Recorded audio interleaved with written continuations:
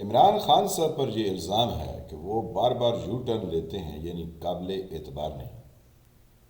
موجودہ حکومت پر یہ الزام ہے کہ وہ اسٹیبلشمنٹ سے گائیڈ لائن لیتی۔ ججز، ان پر یہ الزام ہے کہ وہ من مرضی کے فیصلے کرتے ہیں اور کسی اشارے پر کرتے ہیں۔ اسٹیبلشمنٹ پر یہ الزام ہے کہ وہ نیوٹرل ہو کے اندر خانے گیم کھیلتے ہیں، جیسے جونیئر ججز کی اپائنٹمنٹ میں سپریم جوڈیشل کونسل میں حکومت کی طرف سے ووٹ ڈلوایا تاکہ جونیئر ججز سپریم کورٹ میں ایلیویٹ ہو کے آ جائیں، اور اسٹیبلشمنٹ اس شہباز شریف حکومت کو گارنٹیاں دیتی رہی جب جنرل باجوہ چیف تھے۔ یہ بات وزیر قانون جو تارڑ صاحب ہیں انہوں نے اگل دی، یعنی بتا دیا۔ اس سارے ماجرے میں ہمیں کسی پر اعتبار نہیں، تو مولانا فضل الرحمان بیچ میں کود پڑے اور انہوں نے جو کچھ کہا اس کی بات تو بعد میں کرتے ہیں۔ پہلے مولانا فضل الرحمان عمران خان کے برابر کے جوڑ میں ہیں، یعنی برابر ٹکر دینے والے ہیں۔ عمران خان صاحب اپنی بد زبانی کی وجہ سے مولانا کو جس طرح سے مخاطب کرتے ہیں وہ کوئی مناسب طرز عمل نہیں۔ تو مولانا نے بھی جو گفتگو کی پریس کانفرنس میں ڈی اے خان میں، جس میں انہوں نے عدالت کو بھی رگڑا، عمران خان کو بھی رگڑا اور ساتھ میں اسٹیبلشمنٹ کے بارے میں بھی اشاروں میں بات کی، وہ بھی کوئی ایسی غلط بات نہ تھی کہ جس پر مولانا کے خلاف سارے اپنے خنجر اٹھا کے دوڑ پڑے۔ مولانا نے تو اتنا ہی کہا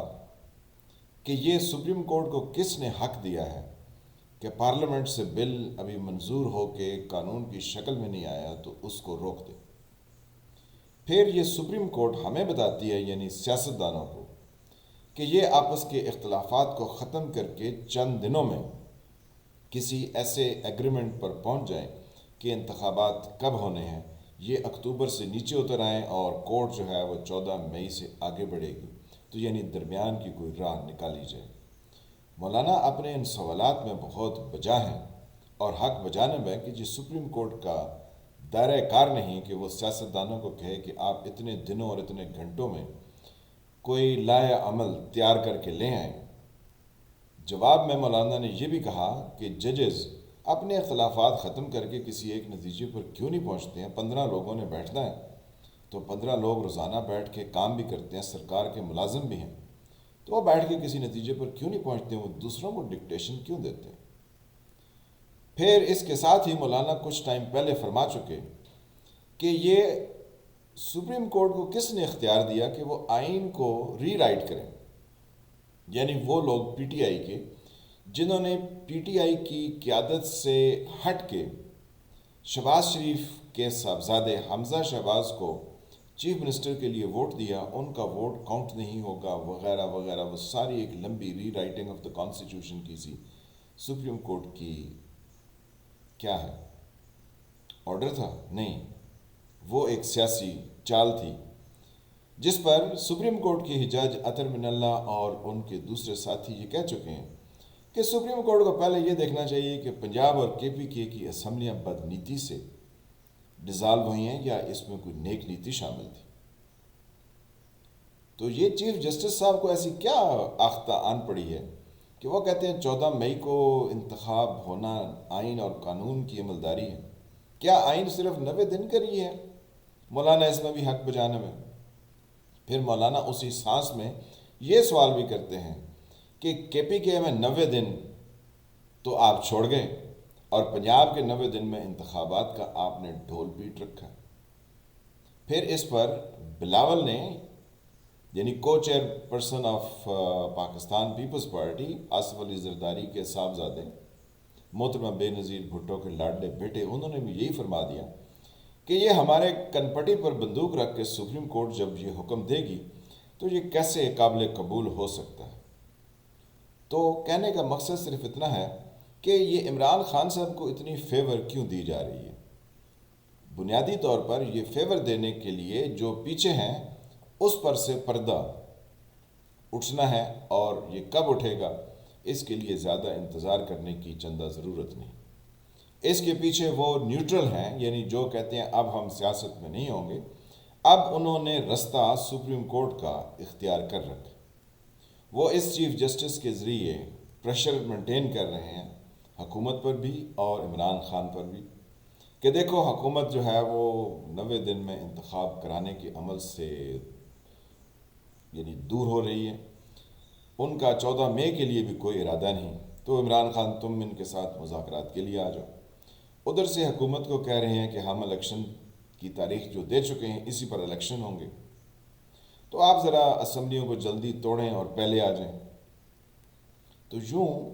ماجرا یہ لگتا ہے کہ آئین اور قانون ہر کوئی اپنی مرضی کا، یعنی جہاں اس کو فائدہ ہو وہ اس کو اختیار کرنا چاہتا ہے، اور جہاں اسے فائدہ نہ ہو وہاں وہ اس سے دور ہٹنا چاہتا ہے۔ مقصد صرف یہ ہے کہ عمران خان صاحب کو پنجاب میں انتخاب دیا جائے، اور یوں قومی اسمبلی کے انتخابات کا بھی وقت موجودہ چیف جسٹس کی ریٹائرمنٹ سے پہلے پہلے آ جائے، پھر عمران خان صاحب کو اقتدار میں بٹھایا جائے، وہ من مرضی کے فیصلے کریں، جس میں عمر عطا بندیال صاحب کو اگلے 3 سے 4 سال کی کوئی ایکسٹینشن مل جائے، پھر عمران خان صاحب 18ویں ترمیم کو رول بیک کر کے کوئی صدارتی نظام حکومت ٹائپ کی حرکت کر گزریں، جس سے اسٹیبلشمنٹ کے لیے راہ ہموار ہو جائے کہ وہ کسی ایک شخص کو اپنے کنٹرول میں رکھ کے ملک کے تمام معاملات کو چلائے۔ کیونکہ جب پارلیمنٹ ہوتی ہے تو بھلے جیسا بھی ہو، جتنے نالائق بھی سیاستدان ہوں، جو نواز شریف کی شکل میں یہ اسٹیبلشمنٹ ہمارے لیے ڈھونڈ کے لائی، کیونکہ سیاست کے میدان میں جب اتنے سال وہ کھیل کھیلتے رہے اسٹیبلشمنٹ کے کہنے پر، تو اب وہ بدھو سے تھوڑے بہتر ہونا پسند کر رہے ہیں، کیونکہ ان کو ہر طرف سے لعنت ملامت ہی ہوتی ہے کہ آپ اسٹیبلشمنٹ کی چالیں چلتے ہیں۔ تو اسٹیبلشمنٹ کو مشکل پیش آتی ہے پارلیمانی نظام میں ہر کسی کو کنٹرول کر کے چلانے میں۔ تو اگر صدارتی نظام ہوگا، ایک شخص کو کہیں گے جناب یہ کیجئے ورنہ آپ کے لیے تلوار تیار ہے، تو وہ ایک شخص کیا کرے گا؟ کیونکہ اس کی کیبنٹ کوئی منتخب نمائندوں پر نہیں ہوگی، وہ پک اینڈ چوز کے لوگ ہوں گے، وہ اسٹیبلشمنٹ کے اشاروں پر آئیں گے، تو یرغمال بنا کے صدر کو تمام اختیارات استعمال کیے جائیں گے۔ عمر عطا بندیال صاحب کو 3 سال کی ایکسٹینشن مل جائے گی، تو قاضی فائز عیسیٰ جیسے وہ جو دھرنا کیس کیا ہے، وہ جو نواز شریف کے دور میں فیض آباد میں دھرنا ہوا تھا جس میں پیسے بانٹے گئے تھے، پھر ان جیسے معاملات پر کوسچن کرنے والا کوئی جج پیچھے ہوگا نہیں، یوں تسلط قائم کر لیا جائے گا، اور پھر عراق کے صدام حسین کی طرح اس کو کئی دہائیوں تک کھینچا جائے گا، پھر بھلے اس کے بعد دنیا ہمارے لیے کچھ بھی کروٹ لے کے ویپن آف ماس ڈسٹرکشن کا الزام لگا کے ہمارے اوپر چڑھ دوڑے، پھر کون جیتا ہے تیری زلف کے،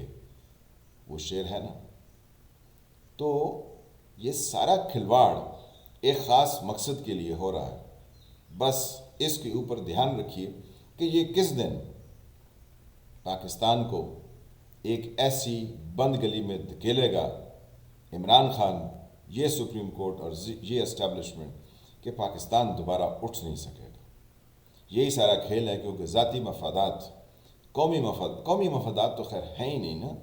ذاتی مفادات اتنے بڑھ گئے ہیں، اتنے بڑے ہو گئے ہیں کہ اب وہ کسی کو خاطر میں نہیں لاتے ہیں۔ جن کو گند کھانے کی عادت ہو، یعنی چیلیں، کوے، ولچرز،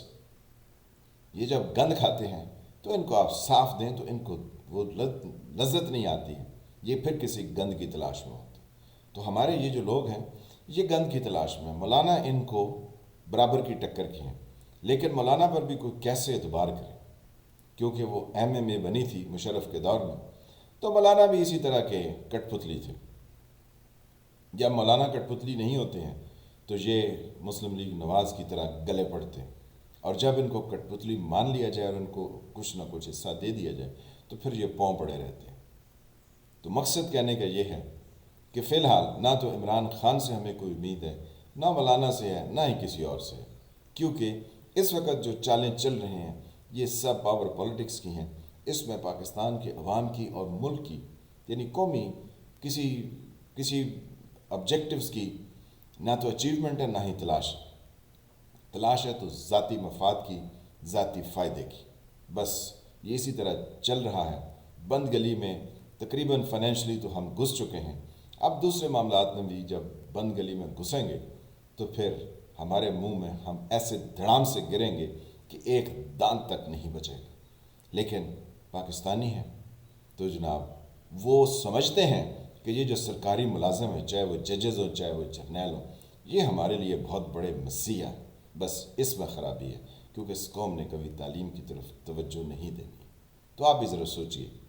میں فالح ملک، آپ دیکھ رہے تھے سرکار یعنی ایس ٹی وی.